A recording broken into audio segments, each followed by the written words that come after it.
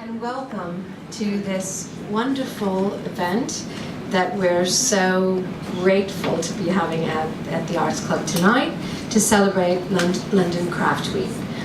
I'm Cynthia Corbett. I'm the founder and director of the Young Masters Art Prize and also the director of the Cynthia Corbett Gallery, and very proud to say a lifelong member of the Arts Club. On my panel tonight, we're going to be, as part of London Craft Week, we're going to be talking to three incredible ceramicists and makers here in London, and we have a wonderful panel that I'd like to introduce.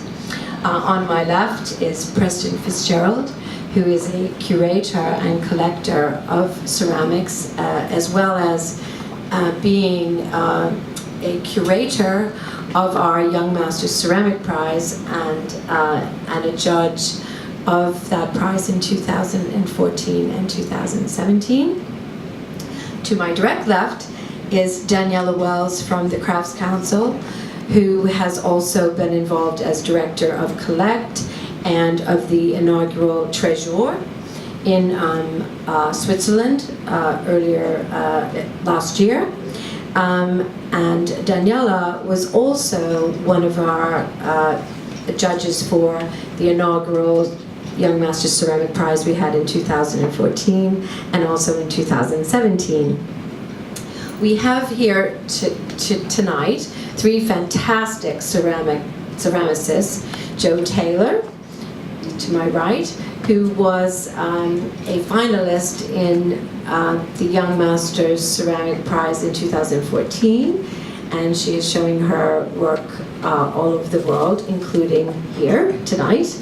And to her right is Tessa Eastman, who I'm delighted to say was a 2017 Young Masters Ceramic finalist, and her work we actually just took and showed in, besides here in London, in Miami and in New York, and she has two new pieces here as well. And to my far right is Lucille Lewin, who was a finalist and winner actually of the Young Masters Ceramic Prize in 2017, and she also has a new piece here, and her work has been shown to great acclaim all over the place. Just some business to go through to talk about tonight, so we know the order of play. Could everyone put their phones on silent? But please, please, please do social media.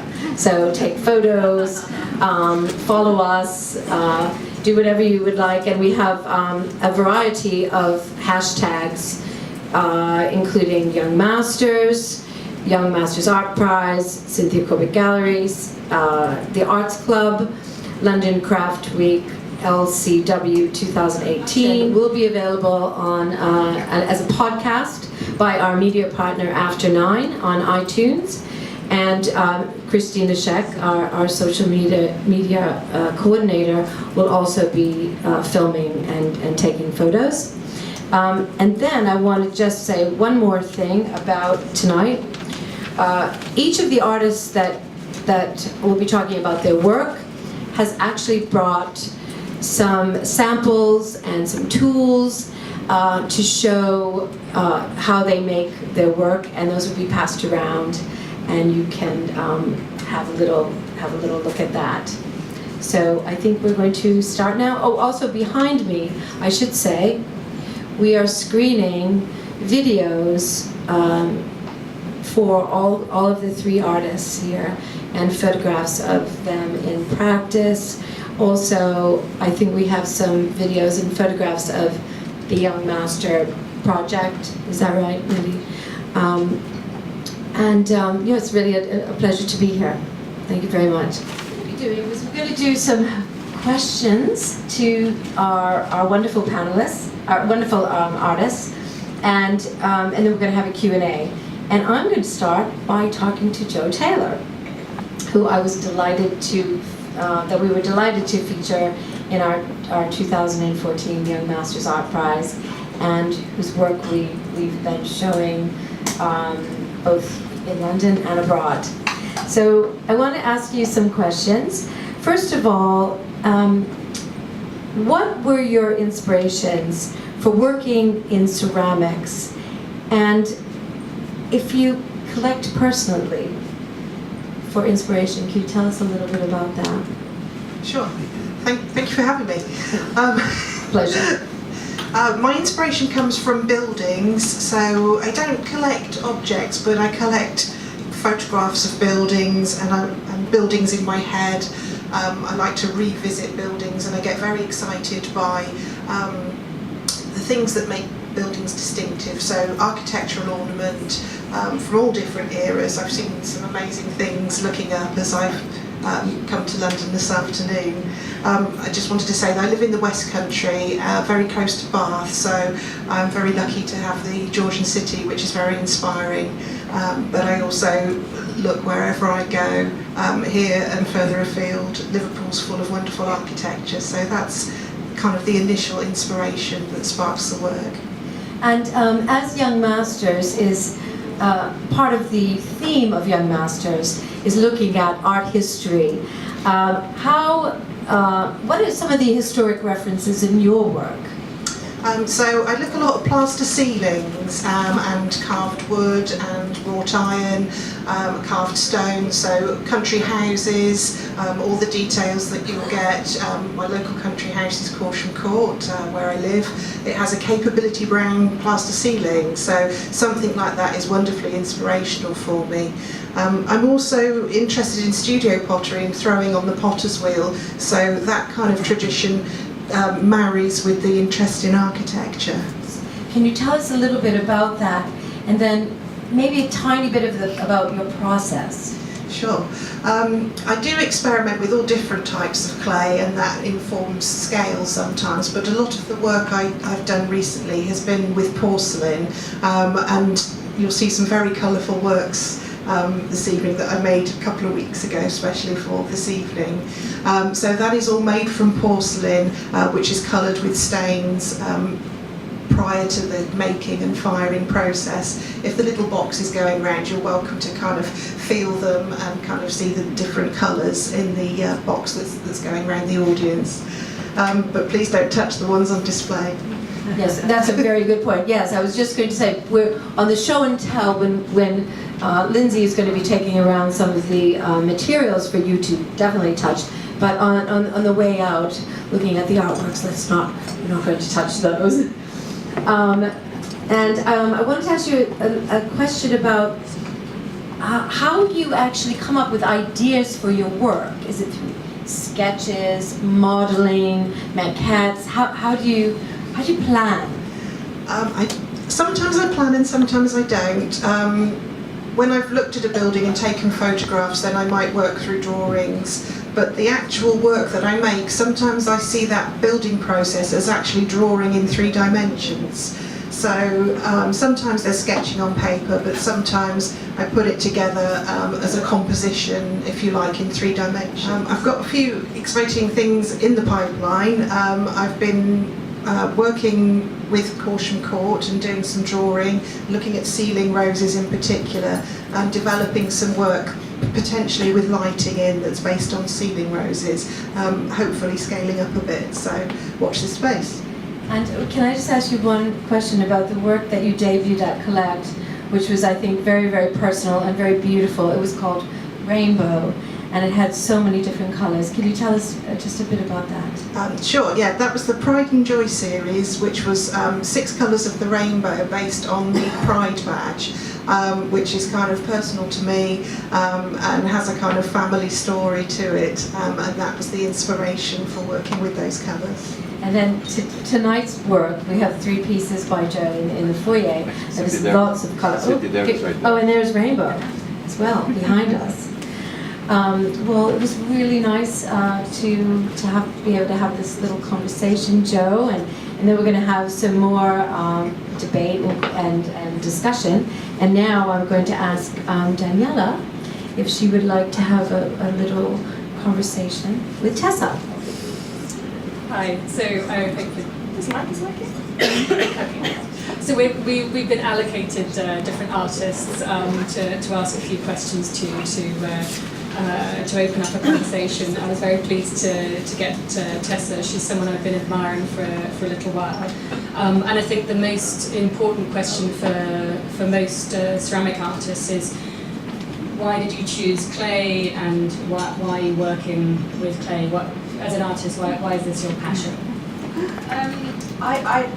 Yeah, thanks for having me, everyone. It's good to be able to share my experiences with you. Unlike some people, I discovered clay at quite an early age. My school, I was lucky enough that my school did have a really amazing ceramics department. It really saddens me that a lot of schools don't. I did think that I was never very academic and always liked making things and using my hands a lot, and I thought maybe I would go into graphics, but just loved the tactility of clay and how I could build things with it. But yeah, your question was how I discovered it, really. Yeah. Well, in terms of if you could give a little overview of your process as well, and what you make. Cynthia was talking about the fact that we have some finished objects out at the beginning as you come in, but actually I think what's being passed around now is some glaze samples, and if you could tell us a little bit about what you make and how you make. I do draw and collect objects and draw from them natural objects. I like the strangeness of natural objects, actually. So a lot of people are concerned with the beauty, and I find in strangeness there is beauty. I look at those objects, and I also look at natural objects under the microscope, so they become even more strange, and looking at the qualities within the, so they become quite abstract, and looking at those qualities, and then I make maquettes, little samples of them, and then a lot of glaze tests as well. My piece, if I've got two pieces, a bigger piece just come out of the kiln very recently, it's sort of, there's a crystal with it within a geometric structure, so I'm very concerned with growth and tension and those aspects within the work. Did that answer your question, Daniella? Yes. Yeah. And also hopefully you can see behind us a little bit of the range of Tessa's work, and I think certainly something that draws me to it is quite a mysterious range of different colours, which if you know anything about ceramics, you know it's probably one of the most something that clay artists get very excited about is glaze and is colour. And we were talking a little bit before we came up to the panel as to questions that you might be asked about your work, because ceramic artists are often asked a lot of questions about the technicality of their work, and it seems that it's all about the process and the very sort of scientific aspect. And I was thinking, what sort of questions do you like to be asked about your work? And you were talking a little bit about the fact that you've developed in a great deal your glazes over time. And I just thought a little bit about that, about how it's personal to you. So I did an MA, and before my Masters, I used to only use bought commercial glazes that you buy in jars, a bit like fast food. It's the difference between fast food and homemade food, I think. I compare it to that.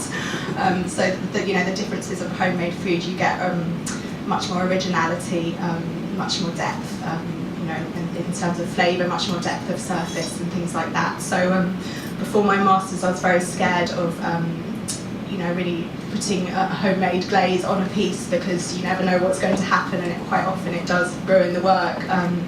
But I've slowly worked. I do a lot of refiring. So for first firing, the piece never looks very good, and so I'll refire until it looks better. So I used to only use bought glazes, and now generally a mixture of glazes at different temperatures. As my work's been showing more in different places, I've had quite a lot, because I teach as well, I've had quite a lot of students directly contacting me and saying, will you teach me a course on your glazes? And I used to be quite open, but actually I've realised you suddenly see people's work with your glaze all over, so I've had to really home in on how generous I am sometimes, and I find that very difficult because I like to be generous. But yeah, they are recipes that I've devised over time and added different things in and changed to get the textures and surfaces that I strive to achieve. We were talking before about inspirations. Obviously there's what you make in the studio, but what do you do and what do you surround yourselves with? We were talking about museums, which museums are some ones you go back to, or what do you go and see if you ever get stuck creatively? Well, I think every ceramicist will say the V&A. I think it's always so quiet, the ceramics department in the V&A. I'm just so shocked as why it's so quiet, because it's just so full of richness in that ceramics department in the V&A. But also bang next to it, and also there's a museum in France that in Paris I was very inspired by. It's a museum of mineralogy, just the crystals and the growth structures and things that are natural but look so surreal, really excite me, definitely, yeah. So I'd go there if I get stuck. Do you have a particular plan as to where you want to go, where you're going, what your next steps are? Well, I very much love working with Cynthia Corbett Gallery.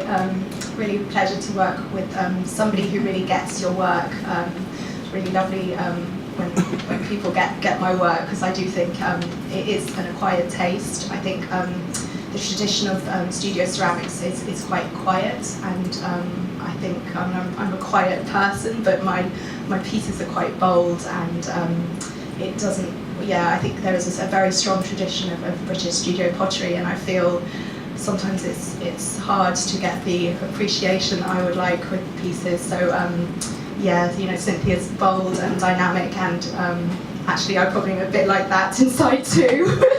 So I really feel that it's a really wonderful match to be working with her, and there seems to be quite a big market for my work in the US.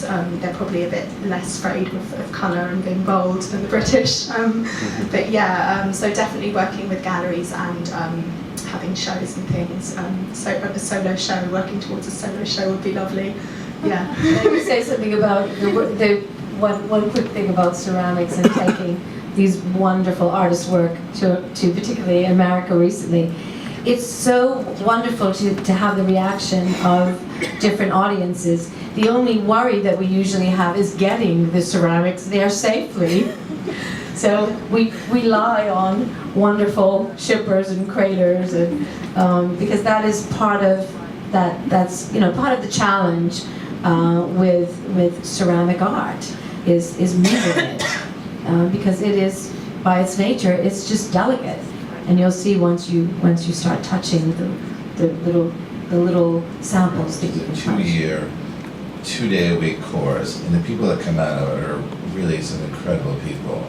Considering she was new to clay, and I never seen her work. I go to these shows, and there's so many artists there with their work. And if you start talking to all of them, well, you've talked to artists before, right? You'll never get out of the building. So I see her work, and I was trying to peek at it and grab her business card and run away, but she caught me. And so we had a chat, and I thought her work was incredible. Then she's gone on to the World College of Art, and she's done amazing things, won our Young Masters Prize last year. But Lucille, what I first want to ask you is, where do you get inspiration for your work?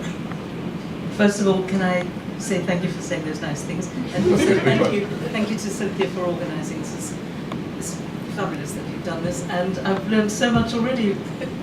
Having known Jo and Tessa all this time, never really understood what they were about in essence. Ask me that question again. What are your inspirations for your work? My work is very autobiographical, actually, and I think we all collect everything that's around us, and it all goes in, and certainly as an artist, all comes out again in this form. And mixed up with the life I've had and the places I've been and the things I've collected is an interest in the 18th century and the beginnings of porcelain, and that all started when I went to the Royal College, our first project was to go to the V&A, this wonderful museum that we all really love and spend lots of time in, and choose one piece and then interrogate it and make it into a modern piece. And it had to be done before 1950. And I chose this really tiny little pepper pot from 1740. And it drew me, it sort of chose me. It was a really odd thing. And from that, I started to find out about France and about the beginnings of porcelain, with the how the alchemists were incarcerated in cells until they came up with porcelain, because the kings were tired of spending so much money buying really expensive porcelain from the East, and they wanted to knock it off. So, and this opened up this whole world of alchemy and science as well in a different way. I spent a lot of time in the Science Museum in the Crystal Rooms, a lot of time with religious artifacts in the basement of the V&A. And I've got a house in South Africa, and I pick up things from the beach all the time. And in fact, I'm magpie-ish. I've got a cabinet of curiosities practically in every room, a little vitrine, a little story set out. There's something so essential about porcelain. New porcelain out of a bag of fresh porcelain is unbelievably sexy, really. It's smooth, it's white, and to throw it is one of the most pleasurable things. It just goes through your hand in this wonderful circular manner, and it's mesmerizing. It feels really beautiful. It looks very beautiful. It's white, it's translucent, it's very close to glass, which I also use, which I love. There's something very unique about porcelain. It's kind of magical. It throws the light out. It's magic, I think. But I do love Japanese stoneware, for example. I do love heavy things. I love your work, and I love your work. I don't exclusively just like porcelain. And what is the process that goes in your work? Like these detail pieces, this is from the Collect Fair at the Saatchi Gallery in February. What's the process to make these very detailed pieces, which I really recommend everyone see as soon as the talk is over, because all their artists' work is very detailed. Well, each one of these components are made separately in raw clay. They're either made by hand, cast out of a mold I make, fired from a natural object sometimes.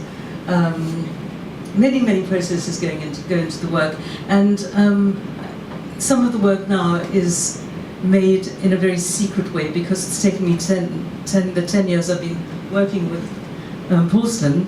It's taken me to find this sort of gluiness where I can put it together, and it is about process. I really am in love with the material. I really love porcelain and the things you can do with it, and I'm very irreverent about the way I treat it. I wet it, I mix it with things, I do all sorts of no things to it, and I come up with that. It takes me about 3 months to make a piece. It's a very slow process. Not only making each individual component, drying it, firing it, then polishing it, and then sticking them all together, and then firing and breaking, and then reorganizing it, until I'm sort of ready and visually feel that it's finished. And sometimes it can take me 2 or 3 years to finish a piece. So I'm quite relieved when they're sold, because then they sort of go and I can't fiddle with them anymore. But I could go on forever making and breaking, and it's quite obsessive, really. Maybe 4 or 5, and then the components of glass. But that's not including each component being made and fired separately first. So many. And then they're all accumulated in these wonderful boxes. Oh, and there's a box should go around my box. There's a metal box, yeah. Be careful, there's sharp things in there. Okay. I don't want to be health and safety. my work is not that fragile. It's made out of porcelain. I mean, you can eat off porcelain plates. If you drop it, it breaks. But it's not so fragile. But that one piece that's in there is a fragment that came out of the kiln. the piece that's the flat piece. It came out of the kiln actually because I had it on a flat thing, and I don't usually make them on flat things, and the tension just cracked it. That came out of the kiln. So that's the way I work. You recently started working with glass and metalwork in your ceramic process, which is rather unusual for many artists working in clay. Could you talk about that? Well, I think I'm quite a curious person, and when I heard at the Royal College of Art that we could actually go into other departments, I made up the excuses to go and visit the jewellery department and the metalwork department because I was fascinated by those two processes as well. And then I realised that I could incorporate them in my work, and it went very well with my work. And it also was a voice, a different voice that wasn't just ceramic, because I do consider myself a sculptor rather than a ceramicist, if you understand that distinction. And I think if you see my work, I'm not, and using those other two materials does sort of release me from being quite tight in what I have to say with the materials that I work with. It's quite hard to get movement in ceramic because it's frozen. It sort of goes through a process of being melted in the kiln and then frozen, and that sort of stays forever. And in fact, it's quite a responsibility because you know that piece is not going to be. Are we finished? No.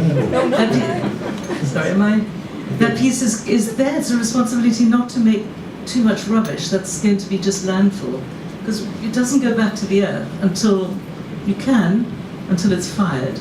Change your mind. So I'm making work that's very energetic and got lots of movement, and it's got lots of tension in it. Great, thank you, Lucille. And now we're going to have some group questions for the three artists, which you'll each answer in your own way. Heading off with a slightly contentious thing for maybe the world in general, certainly in ceramics, is gender. We have a very female, apart from my friend here, panel here talking about contemporary ceramics, and very much as an art form. Certainly, as you'll see if you don't know the work, when you look as you come in, these are individual objects. These are works of art. And I just wanted to ask the panel whether you feel that for women particularly there is a moment for contemporary ceramics. I feel that the household names like Grayson Perry or Edmund de Waal are men. Obviously we have some choice in there as well. But I feel, is there a moment where we're going to see more women as leading names, as artists working in clay? I don't know who wants to take that first. Or whether, Cynthia, you want to talk about women.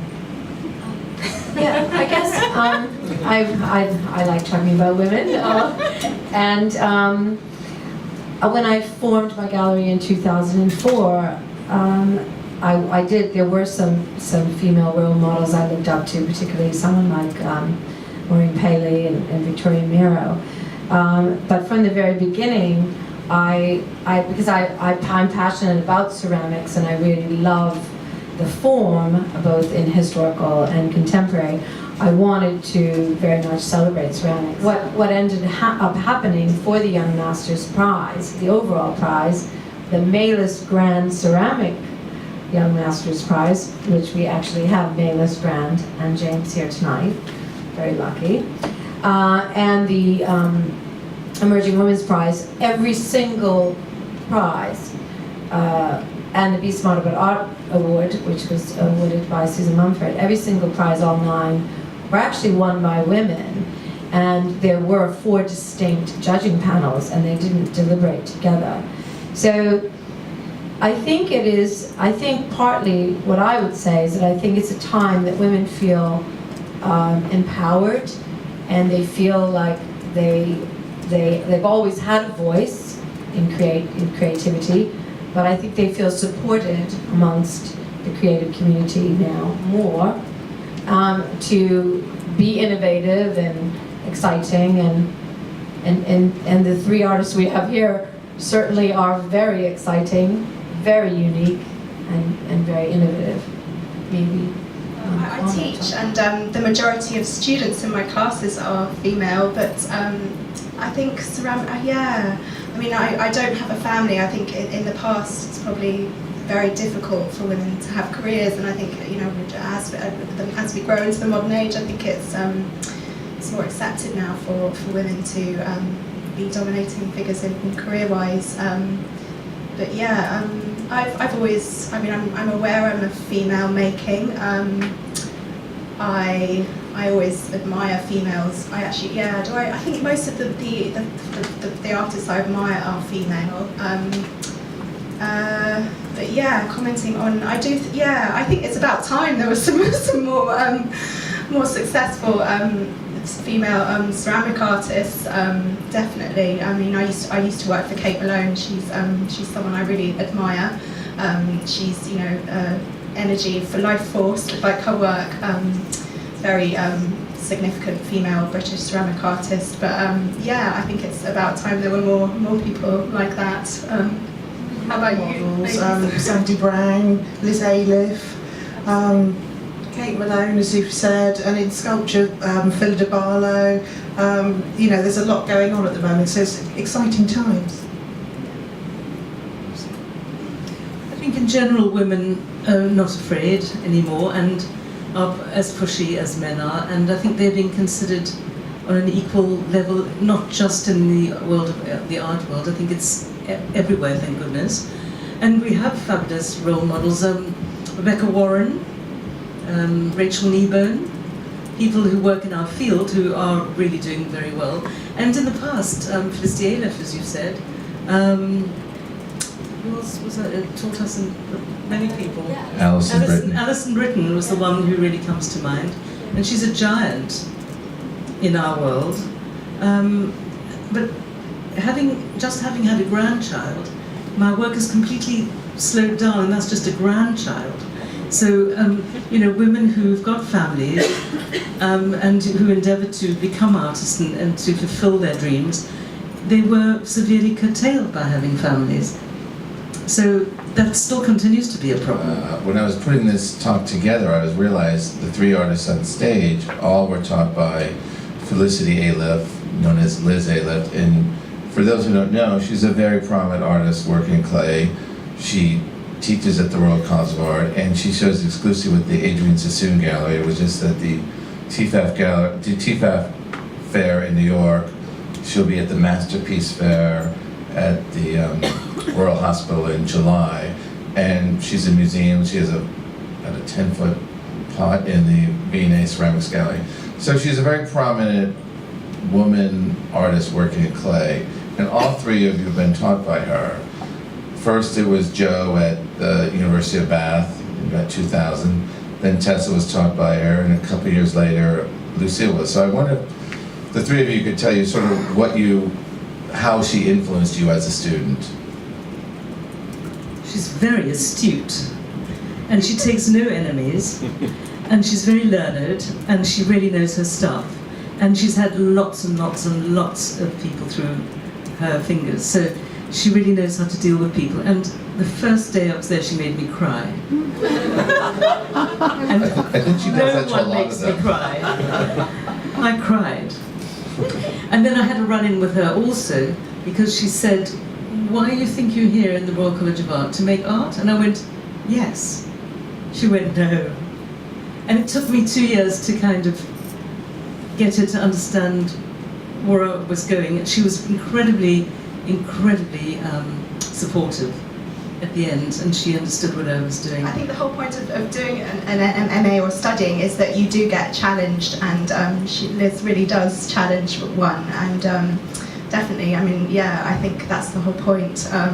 But yeah, she did make, I think I was aware of what it would be like doing a master's, so I knew that I was going to get challenged. So I didn't cry, but there were times when I felt like I did want to.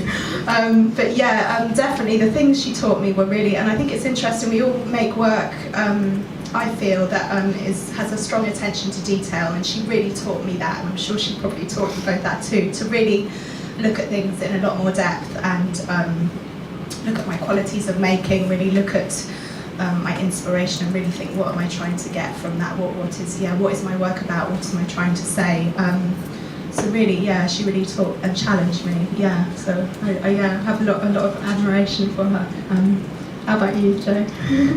I'll always be grateful to Liz for actually allowing me on the course. I was a bit of an oddball. I wanted to do it part-time, which people didn't do. And I was also having a career as a police officer part-time and studying ceramics part-time, which is really odd. I still think it's odd, and they thought it was odd, but they went for it anyway, and here I am, so thanks Liz, very grateful. Since we have you all on the stage, right now, since clay has become very big, the more they seem to take away programs, the more people want to enroll in programs. Even shows like the BBC, the Great Pottery Throwdown with Kate Malone, who we mentioned earlier, also another artist with Adrian Sassoon.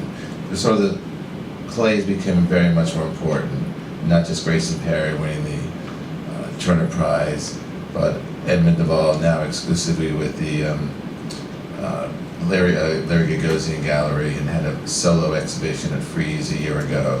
So I want to ask the three of you, do you consider yourselves artists, an artist working in clay, a ceramic artist, a potter, or a sculptor? How do you classify yourselves?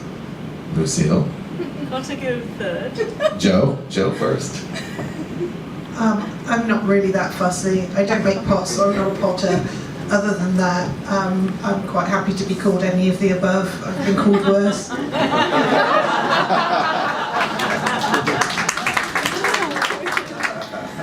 Yeah, definitely the boundaries are really blurring more and more. Craft, art, design, I think they are really merging into each other, and it is less important. I think craft definitely has a chip on its shoulder, excuse the pun, but yeah, it's always been considered lower, and I think, yeah, again, that debate's been going on for ages, and I just don't care anymore. I just do what I want to do. Whether it's art, craft, design, but I think it's good to be aware of it and think about where I want to position myself. But yeah, I do remember when I was quite young, my dad told a friend of his that I'm studying ceramics, and he said, "Oh, can she make me some plates?" And I just thought, I very quickly, early on, moved from making functional work to sculpture. I think I've just always felt limited by function, but I love the ceramic history, and I love pots, and I see actually sculpture and pots very similar. They're looking at space, volume, interior, exterior. There is really not a lot of difference other than the fact that you use them and they need to function. But yeah, well, I was going to say something else about that, but. It's this artist, ceramic artist. I don't mind. I do like to keep the word ceramic in there just because I think there is a difference between people who have done fine art degrees or come from design backgrounds and come from a ceramics background. I feel for me, I've learnt a lot about ceramic history and tradition that I think a lot of designers who are picking up clay today don't really know where that material has really originated from. So I like to keep the word ceramic in there because I feel it has an association with history that I'm very passionate about and aware of. That's really interesting. I feel completely the opposite because I think my work includes other materials. I mean, someone who works as a sculptor in wood, they don't call themselves a woodist. They call, I don't know, I don't want to call myself a ceramicist. I use clay, but I just feel very limited with what I can do with it. I mean, as a ceramicist, you're supposed to have good edges and things like that. Now, it's not what I'm about. And I'm too impatient in ways for that too, see. And I also think that that it limits you, and it's about context. Because I think our work can be seen in a fine art context, and then in a fine art gallery, or what can be seen within ceramic world. And it's got a huge implication for how much you can get for it, for the amount of hours you put in. And honestly, it takes 3 months for me to make a piece. And if I was to work out how much that is per hour, I might stop so I don't go there. So that's not the reason why I do it, but I do feel that I paint, I draw, I do sculpt, and every one of my little components are sculpted before they're dipped and put into a kiln anyway. So I do feel I'm more of a sculptor than I am a ceramicist, but I do use the material which I absolutely love, which is porcelain, which would classify me as a ceramicist or a ceramic artist. I really love what all three of you are saying, because and I'm really actually proud to have founded the Young Masters Prize generally, but also to have worked with Daniella at Collect, who it's just an interesting aside, because we as a gallery had never done Collect. We're a fine art gallery, and as a result of having the first Young Masters Malus Grand Ceramic Prize, Daniella approached us and said, I think you really should do a curated project of fine art ceramics. And it's been really a very, very interesting journey to work with these wonderful artists and others, and to also see how audiences and collectors around the world are reacting to the work when it is in a fine art context, which is how we and many, many more galleries are starting to exhibit the work. And I think this is extremely important, and I think the resurgence and the Renaissance generally for ceramics I think it's just going to continue.